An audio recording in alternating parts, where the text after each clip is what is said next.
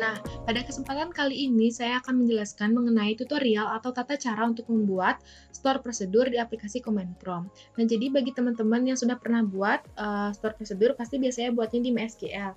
Namun sekarang saya akan menjelaskan mengenai tutorial untuk membuat store prosedurnya di aplikasi Command Prompt. Nah, jadi langkah pertama yang harus dilakukan yaitu teman-teman itu harus membuka aplikasi SAM terlebih dahulu. Nah, kemudian di sini kita harus mengaktifkan bagian Apache dan MySQL-nya. Jadi klik Start-nya. Dan tunggu sampai kedua mode itu berwarna hijau.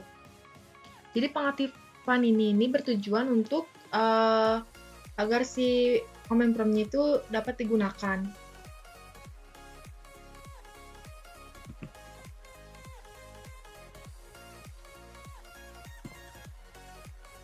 Nah, jadi tunggu dulu ini sampai berwarna hijau. Nah, jika sudah berwarna hijau, kemudian kita buka aplikasi Command Prompt. Nah, biasanya aplikasi Command Prompt ini sudah ada di laptop masing-masing user. Kemudian untuk menggunakan Command Prompt ini, kita harus mengetikkan beberapa perintah. Yang pertama seperti berikut.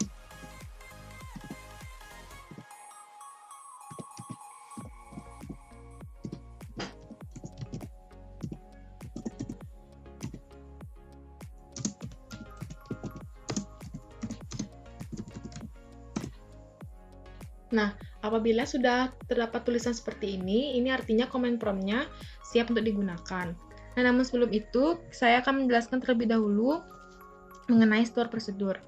Nah, jadi apa sih itu store prosedur? Nah, jadi store prosedur itu merupakan kumpulan pernyataan atau prosedur dalam SQL yang disimpan dalam suatu database. Nah, di mana store prosedur ini dapat menerima parameter dan si user dapat mengatur variabel yang ada di dalamnya. Kenapa sih harus menggunakan store prosedur? Nah, jadi store prosedur ini digunakan karena memiliki beberapa manfaat bagi si penggunanya. Jadi yang pertama itu dapat membuat performa yang lebih baik. Jadi store prosedur ini dapat dikompilasi dan kemudian di-cheat dan digunakan lagi, sehingga waktu respon akan menjadi lebih cepat ketika store prosedur yang sama dieksekusi kembali. Kemudian juga store prosedur ini merupakan cara terbaik dalam menempatkan kode ke dalam database.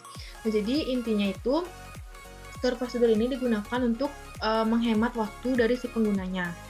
Nah, untuk sintaks dari store prosedur itu sendiri dapat dilihat di layar. Itu yang pertama ada delimiter. Nah, apa sih itu delimiter? Nah, jadi delimiter ini itu merupakan suatu karakter atau string yang digunakan untuk memberitahu si MySQL bahwa pengetikan suatu statement SQL itu telah dimulai atau telah selesai. Nah, jadi biasanya delimiter ini diikuti dengan tanda $2 ini atau tanda /2 seperti ini. Jadi di sini saya contohnya pakai tanda $2. Nah, kemudian sintaks selanjutnya itu adalah create prosedur, nama prosedur. Jadi create prosedur ini itu merupakan sintaks yang menyuruh atau memberitahu SQL untuk membuat suatu store prosedur dengan nama store prosedur. Nah, jadi untuk informasi, store prosedur ini bersifat tidak case sensitif sehingga P kecil dan P besar itu adalah sama. Jadi perlu diperhatikan bahwa nama store prosedur itu tidak boleh ganda atau tidak boleh sama dalam suatu database. Nah, kemudian yang berada di dalam kurung ini biasanya disebut dengan parameter. Nah, jadi parameter ini itu sebagai acuan itu untuk store prosedur agar dapat digunakan. Jadi pembahasan tentang parameter itu akan saya bahas nanti. Kemudian selanjutnya ada begin. Nah, jadi begin ini merupakan sintaks yang menandakan bahwa store prosedur itu akan dimulai. Kemudian ada prosedur body.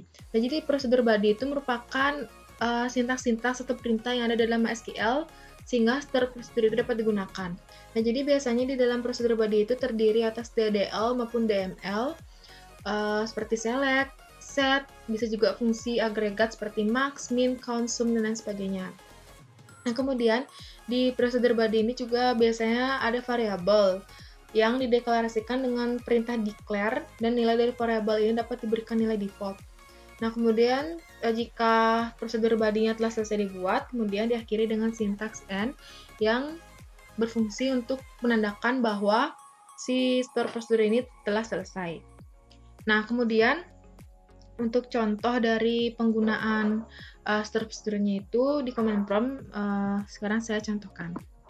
Nah, kemudian yang sekarang saya akan membuat terlebih dahulu database. Namun jika teman-teman udah punya database dan mau pakai yang itu boleh banget. Tapi sekarang saya mau coba buat database baru. Itu namanya database TDB Campus.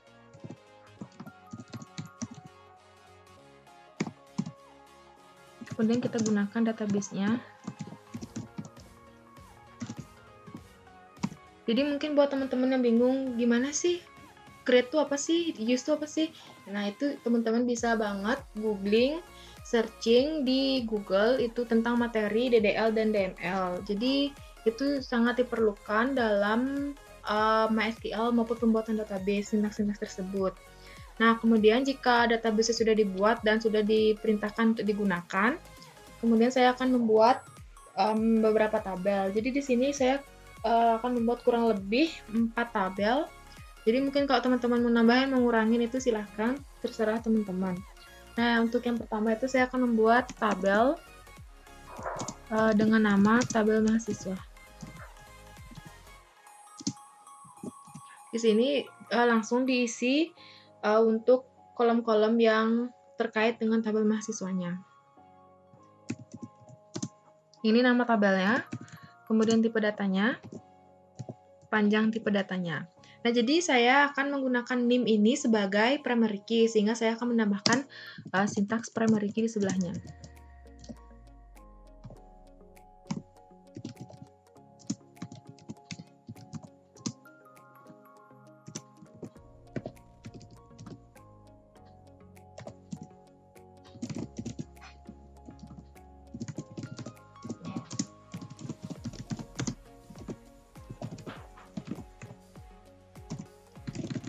Dan terakhir itu adalah kolom alamat dengan tipe datanya varchar.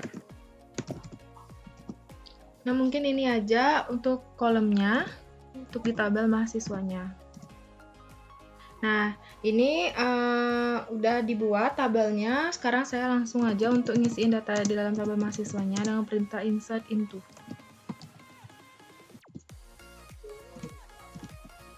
Nah, dan untuk mengisi nilai atau data dari suatu tabel itu teman-teman tuh harus ngikutin urutan dari nama kolomnya. Jadi misalnya yang pertama kan ini name. Jadi yang kita buat pertama di sini itu adalah name. Oh ya, untuk tipe data integer itu boleh tidak menggunakan tanda petik 2, tetapi tipe data integer itu wajib untuk membuat atau mengisikan tanda petik 2.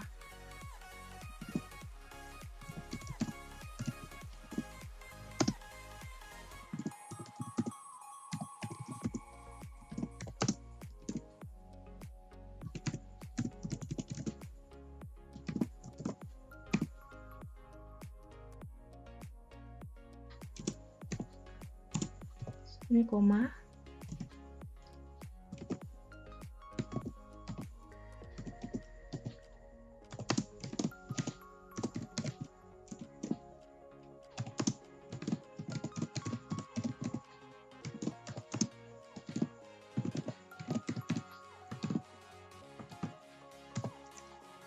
Jadi di sini saya akan mengisikan kurang lebih 5 data. Jadi kalau misalnya teman-teman mau ngisiin, mau dilebihin, mau dikurangin itu bebas, sesuai kebutuhan aja.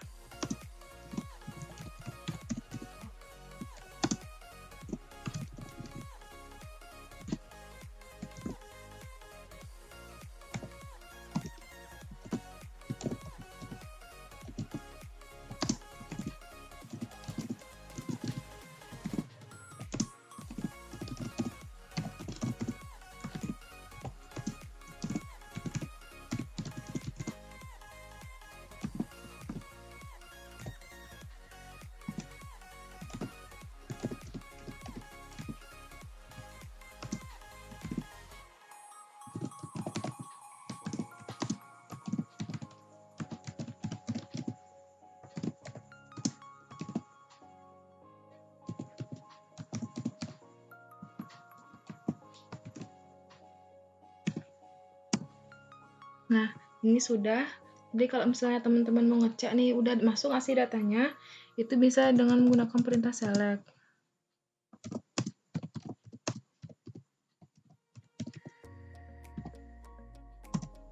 Nah, oke. Ini data-data yang tadi sudah dimasukkan, ini sudah ada. Kemudian kita lanjut untuk membuat tabel yang kedua, yaitu namanya tabel matkul. Jadi pembuatannya itu sama seperti tabel mahasiswa yang tadi. Di sini saya akan mengisikan dua kolom. Yang pertama itu adalah kolom ID matkul sebagai primary key-nya. Kemudian ada nama matkulnya.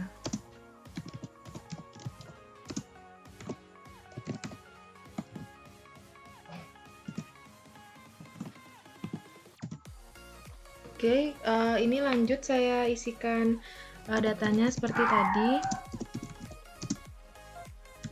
Ini bebas ya teman-teman, mengisiin berapa data itu bebas sesuai keperluannya. Tapi jangan lupa untuk urutan pengisian datanya itu disesuaikan dengan urutan kolom.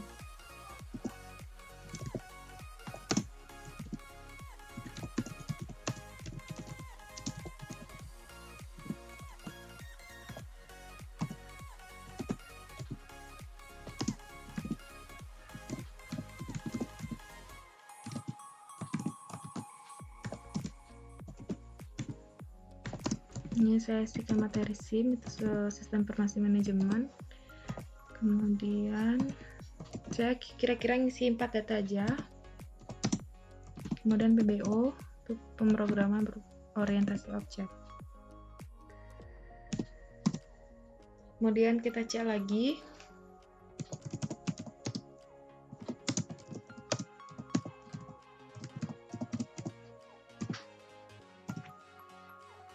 Oke, ini sini udah ada.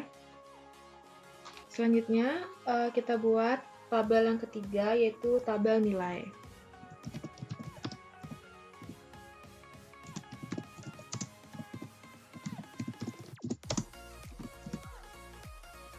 Nah, di sini saya akan mengisikan sekitar 4 kolom.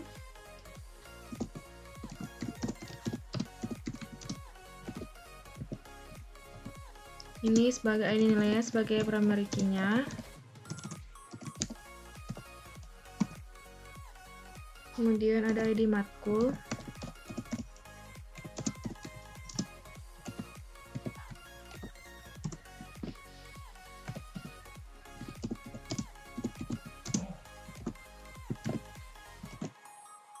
Selanjutnya terakhir itu ada nilai. Jadi di sini nilai saya gunakan tipe data float karena kemungkinan untuk data-data yang desimal.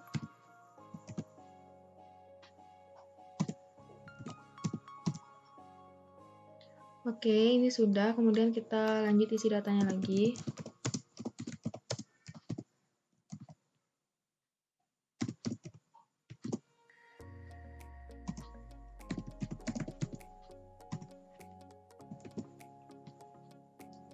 Ini jangan lupa disesuaikan dengan urutan kolomnya.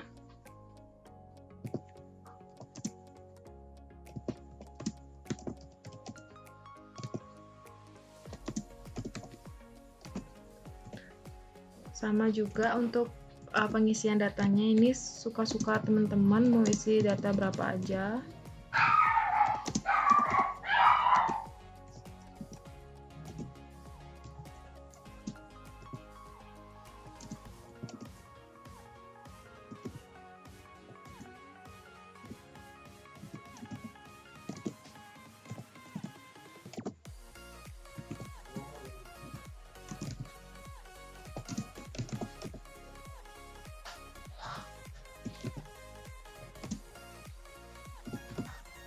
Oke, mungkin saya isiin segini dulu datanya. Kemudian kita cek lagi apakah udah benar atau belum.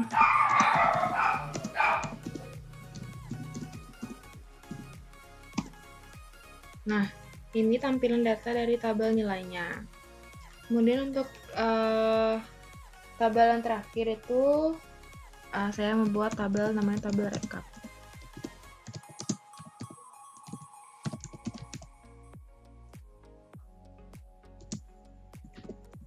Di sini saya cuma isiin satu kolom aja. dengan tipe data rata nilai itu tipe datanya saya gunakan float.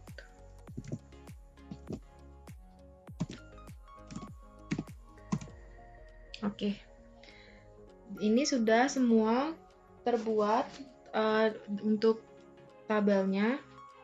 Nah, jadi tabelnya kan sudah semua terbuat. Jadi saya akan menjelaskan terlebih dahulu mengenai parameter yang ada di store prosedur. Nah, jadi di store prosedur itu ada 3 parameternya, ada in, out, dan in out. Yang pertama itu saya akan menjelaskan terlebih dahulu mengenai parameter in. Nah, jadi parameter in ini merupakan sebuah parameter default dalam store prosedur. Nah, jika dalam pembuatan store prosedur tidak mencantumkan parameter, maka parameter in ini akan menjadi defaultnya. Jadi pada saat melakukan pemanggilan atau call store prosedur, nilai yang diberikan akan diteruskan ke dalam store prosedur itu. Dan nilai dengan parameter in ini akan dilindungi sampai store prosedur selesai dieksekusi dan tidak akan berubah. Jadi untuk sintaks dari parameter in ini seperti ini. Ada create prosedur seperti yang tadi, kemudian nama prosedurnya. Nah, kemudian dalam kurungnya ini kita gunakan parameter in. Di sini ada sintaks in, kemudian nama parameternya apa, tipe datanya apa, dan panjang tipe datanya apa. Jadi seperti itu sintaksnya. Kemudian untuk contoh pembuatannya dalam command prompt itu akan saya contohkan. Jadi kita akan gunakan 4 tabel yang sudah kita buat tadi. Nah, kemudian kita buat store prosedurnya. Yang pertama itu kan delimiter, seperti yang tadi.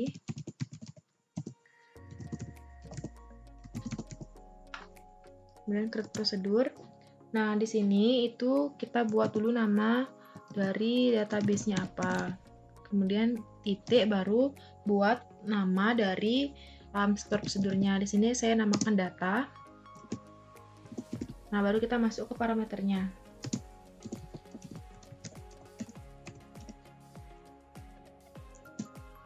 Jangan lupa tipe datanya. Mungkin bisa juga isi gininya, apa namanya, panjang tipe datanya, bebas.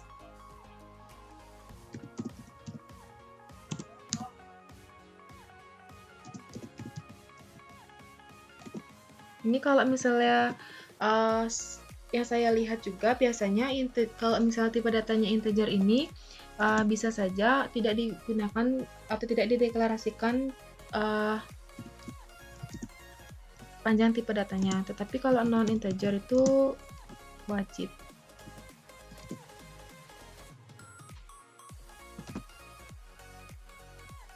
Nah, ini sudah.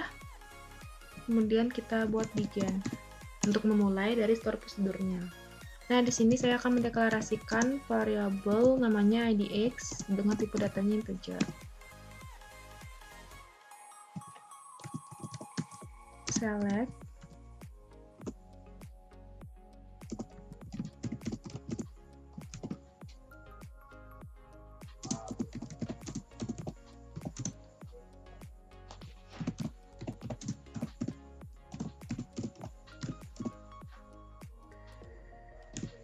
Nah, jadi apa sih arti sintaks ini? Nah, jadi pertama ini saya akan mendeklar sebuah variabel namanya idx dengan tipe datanya integer. Kemudian saya akan select nilai maksimal dari ID nilai ini yang akan dimasukkan ke variabel idx, di mana ID nilai ini akan saya ambil dari tabel nilai.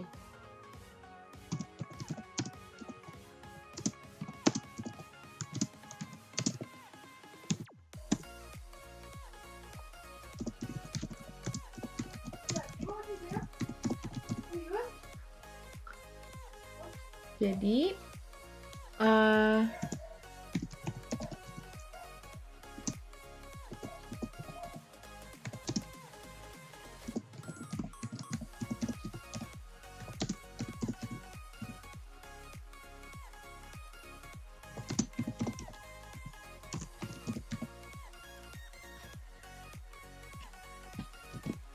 jadi seperti ini.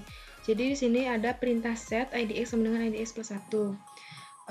Jadi idx ini kan merupakan nilai maksimal dari ID nilai yang ada pada tabel nilai. Nah, antara ID-nya ini akan bertambah 1 setiap si usernya itu memanggil si store prosedur. Nah, kemudian hasil dari ini, jadi esensinya seperti ini. Jadi kita di store procedure ini membuat sebuah tabel baru, dan isinya itu ada ID X, ID matkul Y, NIM Y, dan nilai Y. Nah, nanti hasil dari data dari tabel baru itu akan dimasukkan lagi ke tabel nilai, dan values-nya itu ID X, ID matkul Y, NIM Y, dan nilai Y. Nah, ini sudah. Kemudian kita selesaikan.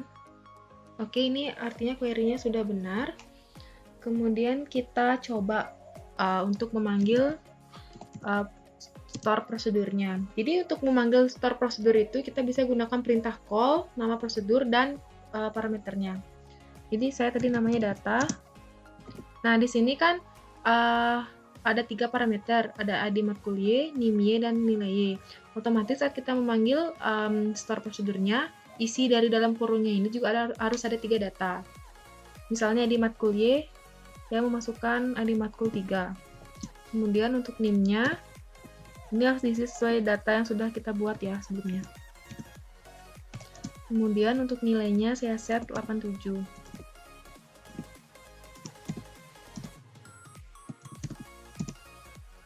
Nah, jadi ini sudah benar query-nya. Kemudian kita lihat apakah data ini sudah masuk atau belum di tabel nilainya.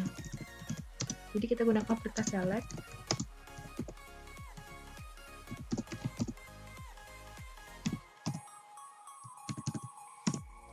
Oke. Nah, tadi kan terlihat di sini saya memasukkan 4 data. Ini ada di nilai, di matkul, NIM, dan nilai. Nah, di sini ada 5 data sekarang. Nah, jadi maksud saya yang set IDX pada ini. Jadi 5, si 5 ini. Jadi kan ID max, ID nilai kan tadi 4, yang di atas ini kan 4. Jadi saya tambahin 1, 5. Kemudian baru dimasukkan nilai dari call store prosedurnya. Ada 3, NIM-nya sekian, dan nilai sekian. Jadi kita coba satu lagi contohnya untuk call prosedur dari parameter in. Saya samakan edit matkulnya. Kemudian nilainya saya kasih 90.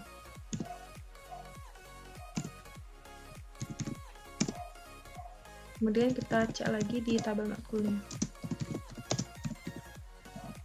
Maaf, tabel nilai maksudnya. Nah, jadi ini bertambah. Jadi tadi kan awalnya 5, kemudian kita call lagi store prosedurnya dan isikan data, jadi di sini 6. Nah, jadi sebenarnya store prosedur ini digunakan untuk memudahkan si user supaya nggak perlu lagi ngisi data di tabel A, ngisi lagi data di tabel B, supaya kerjanya juga lebih cepat dan efisien waktu. Nah, jadi itu untuk store prosedur dengan parameter in. Oke, kita lanjut untuk parameter yang kedua, yaitu parameter out. Jadi, parameter out itu merupakan suatu parameter yang digunakan untuk mengembalikan suatu nilai dalam store prosedur. Jadi, nilai dalam mode out ini tidak dapat digunakan oleh store prosedur pada saat awal pemanggilan. Kenapa sih kayak gitu? Soalnya, parameter out ini hanya mengeluarkan suatu nilai pada saat store prosedur dijalankan. Nah, jadi, parameter in dan out ini berbeda. Jadi, in itu akan digunakan saat kita akan memasukkan data, tetapi out ini hanya digunakan untuk menampilkan sebuah nilai dari perintah yang kita buat dalam store prosedur itu. Nah, jadi sintaksnya itu sama, tetapi cuma perbedaannya itu di namanya aja out. Jadi sama prosedur nama prosedur, kemudian di sininya out, sama juga ikutin dengan nama parameter, tipe data, dan panjang tipe datanya. Nah, kemudian untuk contoh dari pembuatan parameter outnya di command prompt, ini saya akan contohkannya. Seperti tadi, kita buat dulu delimiternya, sintaks awal dari store prosedur.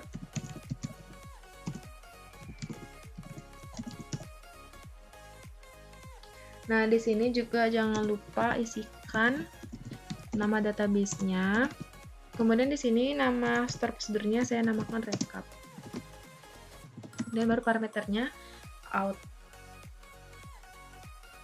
Di sini saya namakan variabelnya rata dengan tipe datanya float dan panjangnya 5.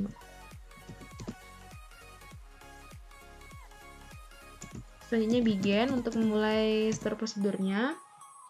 Kemudian baru buat perintahnya.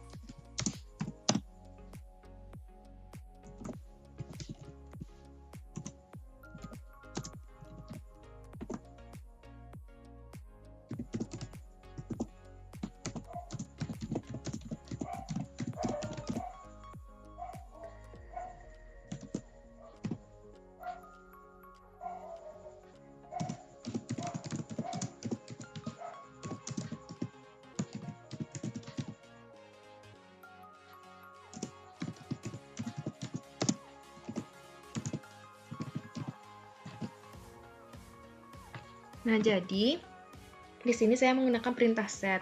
Jadi kan saya punya variabel namanya rata. Jadi hasil dari rata itu merupakan average atau rata-rata dari nilai yang ada di tabel nilai. Jadi saya akan mengambil rata-rata dari nilai yang ada di tabel nilai ini, kemudian saya akan masukkan ke tabel rekapnya.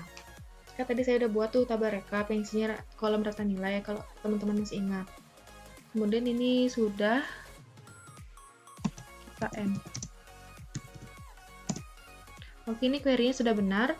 Kemudian kita coba untuk memanggil store prosedurnya. Jadi sama saja pemanggilannya seperti parameter in-nya dengan perintah call, kemudian nama store prosedurnya kan recap.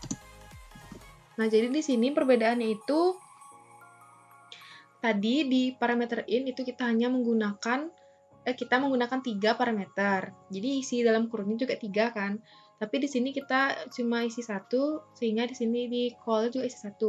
Nah, di sini juga saya akan menjelaskan mengenai konsep dari variabel global. Jadi di out ini kita menggunakan variabel global. Kenapa sih harus pakai variabel global? Kenapa nggak pakai biasa aja? Jadi variabel global ini kan dapat diakses di luar store prosedur. Jadi kalau misalnya kita pakai di store prosedur aja, itu kan nggak, tabel nilai itu nggak ada gitu loh di store prosedur, karena dia tuh adanya di luar. Jadi kita harus menggunakan variabel global. Jadi kita coba nih, kalau misalnya kita nggak pakai variabel global, kita pakai variabel lokal. Jadi variabel lokal ini seperti ini, cuma rata-rata biasa kayak gitu. Ini dia akan error. Jadi kita coba call-nya itu pakai variabel global. Jadi variabel global itu pakai add.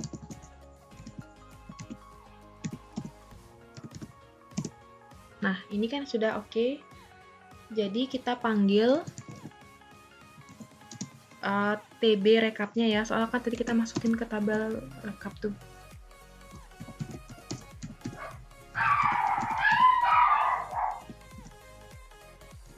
Oke. Nah, di sini akan muncul hasil sekian.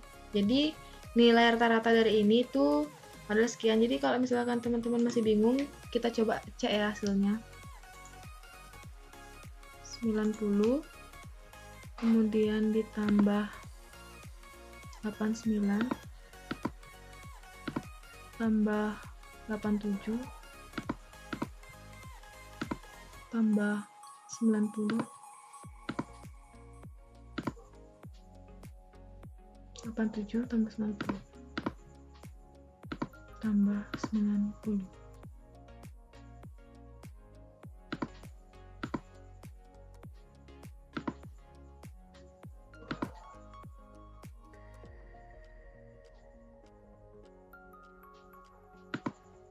Oke, ini hasil sekian, kita bagi dengan ada datanya 6, kemudian dibagi 6.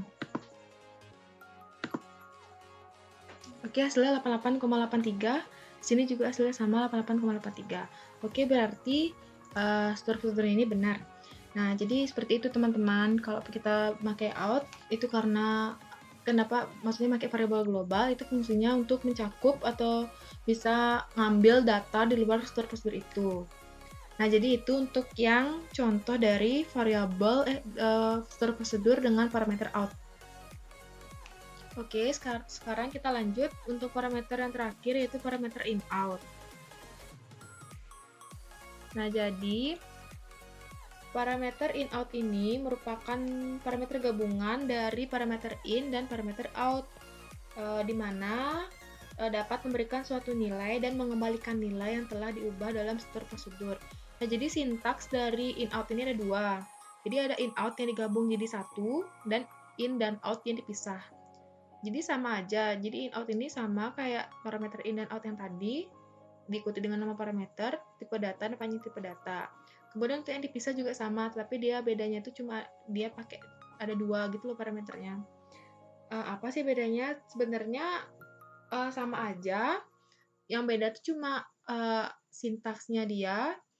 Tapi kalau misalnya teman-teman memakai in out aja jadi satu gitu gabung tuh nggak apa-apa, disesuaikan dengan keperluan aja. Nah, jadi untuk penggunaannya dalam command prompt itu akan saya contohkan. Jadi di sini kita juga akan membuat store procedure lagi. Biasa kita pakai awalnya delimiter.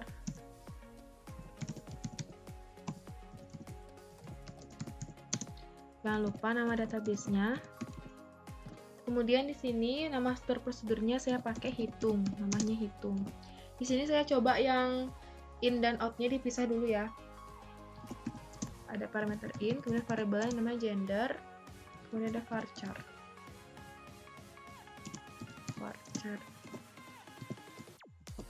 Oke. Kemudian abis in ini ada out. Saya namakan variabelnya dengan nama total.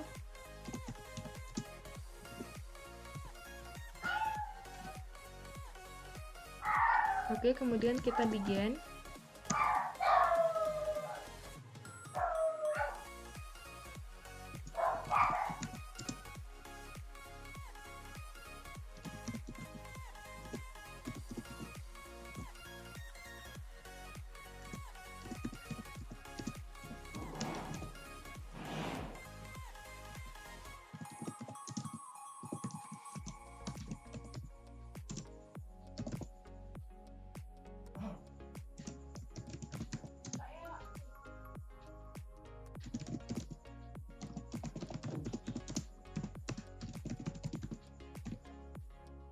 Nah, jadi ini prosedur body yang telah saya buat untuk parameter in out-nya. Jadi di sini saya akan menselect count nim. Jadi di sini count saya pakai fungsi agregat count. Jadi di sini akan menghitung data.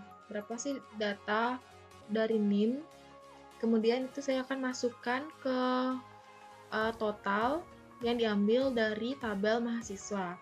Nah, jadi kondisinya itu jenis kelamin itu sama dengan gender. Jadi di sini saya akan menghitung berapa jumlah mahasiswa dengan yang berjenis kelamin perempuan maupun laki-laki.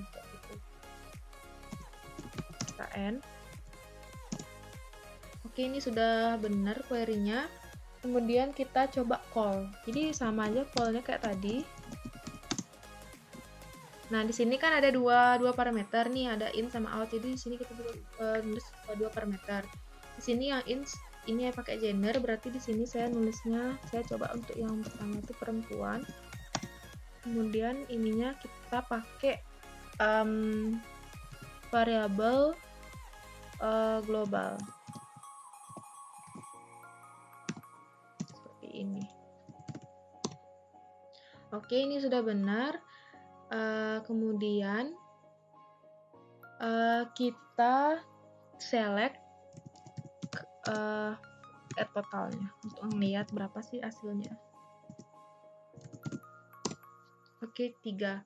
Jadi kita coba cek ya, berapa jumlah mahasiswa yang berjenis kelamin perempuan.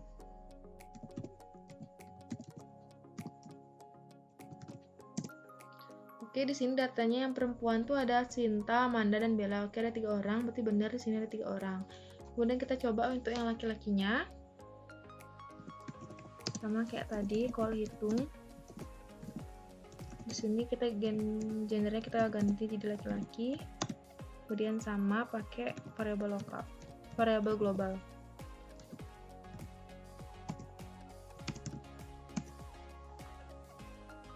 Oke, di sini kita select.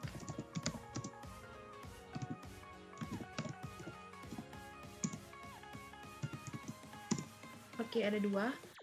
Jadi di sini ada si Dharma dan si Krishna. Oke, berarti benar ya, mahasiswa yang berjenis kelamin laki-laki itu ada 2. Nah, jadi itu contoh dari variabel parameter in out yang dipisah.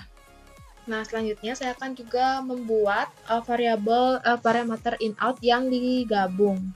Jadi kita juga buat ulang store prosedurnya.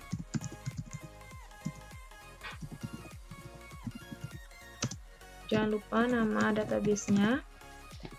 Di sini saya akan membuat dengan nama prosedurnya count by nilai. Oke, selanjutnya di sini ada kita gunakan in-out. Nama variabelnya itu var, tipenya integer. Tipe datanya saya pakai 3. Kemudian began.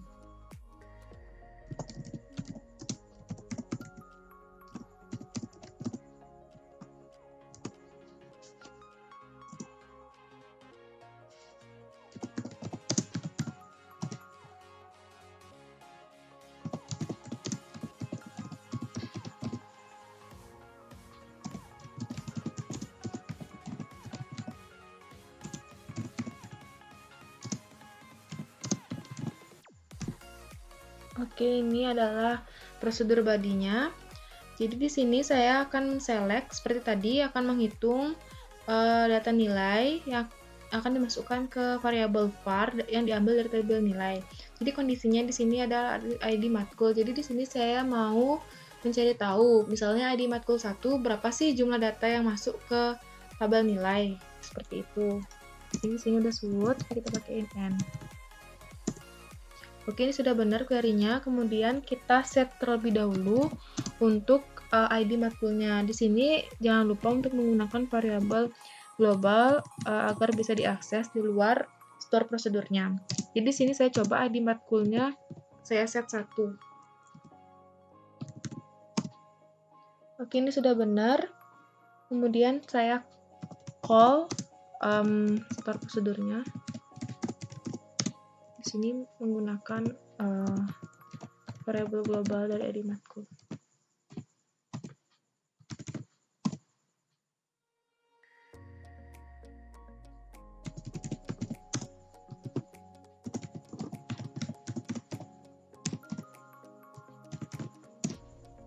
Oke, di sini ada 2, jadi kita coba lihat tabel nilainya.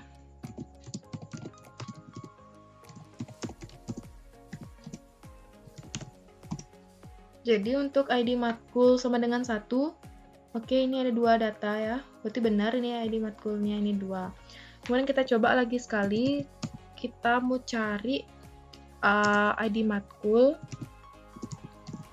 sama dengan 3. Oke, selanjutnya kita call store prosedurnya.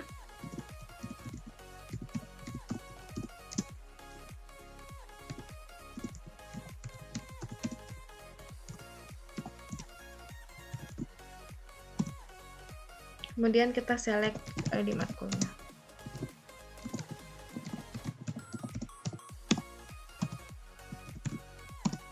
Oke, 2 juga karena di sini data dengan ID matkul 3 itu juga ada 2 data. Oke, sekian penjelasan saya tentang pembuatan store prosedur di aplikasi Command Prompt. Jadi, selamat mencoba dan semoga bermanfaat.